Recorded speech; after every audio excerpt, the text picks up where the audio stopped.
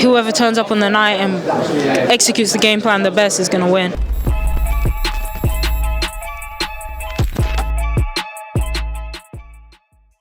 This is Jonathan Anger here for Pro Boxing Fans, joined by Caroline Dubois on fight week, ahead of her fight this Saturday in Barnsley on the Callum Simpson Zach Shelley undercard. Caroline, you seem in good spirits. How have you found today here at the Shard? Yeah, it's been cool. I've never really been here before, so it's been nice to see. The restaurant was nice. Unfortunately, I didn't get to eat any of the food, but yeah, it was nice. I would love to come back.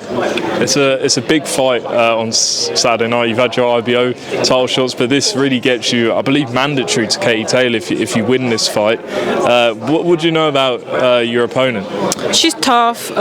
She brings that South American energy of just being aggressive, good experience, and just tenacity and aggression. Aggression is what she brings, and I'm all for it. Does that kind of sort of play into your hands though? If she's coming forward like that, we know how you box. Do you think that sort of plays into your hand?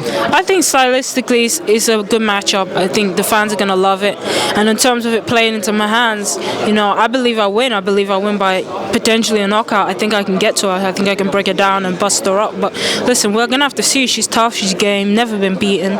Only blemish is a disqualification. So yeah, she's tough. She's game, and the disqualification should tell you that she's willing to do anything to make it happen. So I'm excited. Like I say, if you win this fight, you're in line for that world title shot. How do you think this plays out? With Katy Taylor apparently fighting Serrano on the Jake Paul Mike Tyson card. Do you think you get to Taylor eventually? 100%. When I win this fight, I think I'll be mandatory. So Katy Taylor's team is written to my team, written to WBC, Mauricio Solomon. The only reason Katy's been allowed to keep this belt for over a year without fighting for it is because she's written to Solomon, and we've come to an agreement that the winner of this fight fights Katy Taylor, or she vacates, and it's as simple as that. So she has a decision to make, and obviously I'm not in her shoes. I can't tell her what to do. It's up to her, and so cool. It's a tough fight she's got with Amanda, so we'll have to see how she comes through that one. And yes, she's got options, hasn't she? Also, obviously, you got Rihanna Dixon, who has one of the titles, Ferreira with the other one. Who do you think's sort of the toughest out of those two? Out of who? Ferreira or Dixon? Who would be sort of the toughest opponent? Yeah, I think stylistically Ferreira has got more experience.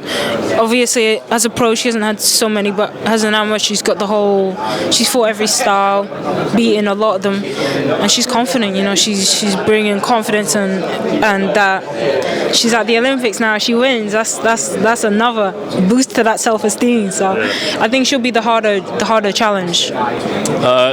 Talking about the Olympics, have you been able to have a watch of anything so far? Yeah, it's been frustrating, hasn't it? I mean, Rosie Eccles, I think, on the wrong side. Charlie Davison, another one. It's like, what do you do? It's flip a coin and decide. It was hard to watch. I wish them all the best, and I know that they're probably the hardest workers I've ever had a chance to be around. And Rosie Eccles is non-stop. She's such an athlete. That's all I can say. A complete athlete, and Charlie is an amazing athlete and an amazing mum. So they really did themselves proud, and nothing to be ashamed of. Just want to ask you about the weekend's fight. We had Derek Shazor and Joyce. Did you get a chance to watch it, and what did you think? See, I watched up until Ryan Garner and Archie Sharp, and I had to go to bed. I was so tired. But I was thinking it's going to be a whitewash, easy Joyce win. So when I woke up, I was shocked. I was like, whoa. And that just lets you know you can't take anything for granted, and boxing is a funny game. So yeah, Derek proved again. I won't say what he says, but he is. He's a tough man, and he shocked the world again. Where do you think he goes from here? I spoke to Spencer Oliver. He wants to see him fight Deontay Wilder. Obviously Dillian White was there. Maybe a trilogy. Who would you like to see him fight next? I'm not really. I don't know. I think it's up to him. I don't know. He's an interesting position in his career. I think before this fight, he was saying, "I'm going to retire." Maybe he thought he would lose, but now he's back in the mix. Now he's suddenly a name again. So it's his decision. He can make it and figure out where he wants to go, and he's got the power to float around now, hasn't he? So we'll have to see. Obviously, your brother's fighting for his world title against Anthony Joshua coming up. How do you think he'll do? It's a great fight. I think the fans are going to love it. I don't know. I think it's 50-50. I think it's all whoever turns up on the night and executes the game plan the best is going to win. It's one of them. You can't say honestly who you think is going to win. It's too hard, I think. And regardless, and depending on whoever wins, you wouldn't be surprised, I don't think. So, yeah, it's a great fight. Just swinging it back to you finally, you obviously, at lightweight, going through the divisions, there's some, really big fights out there.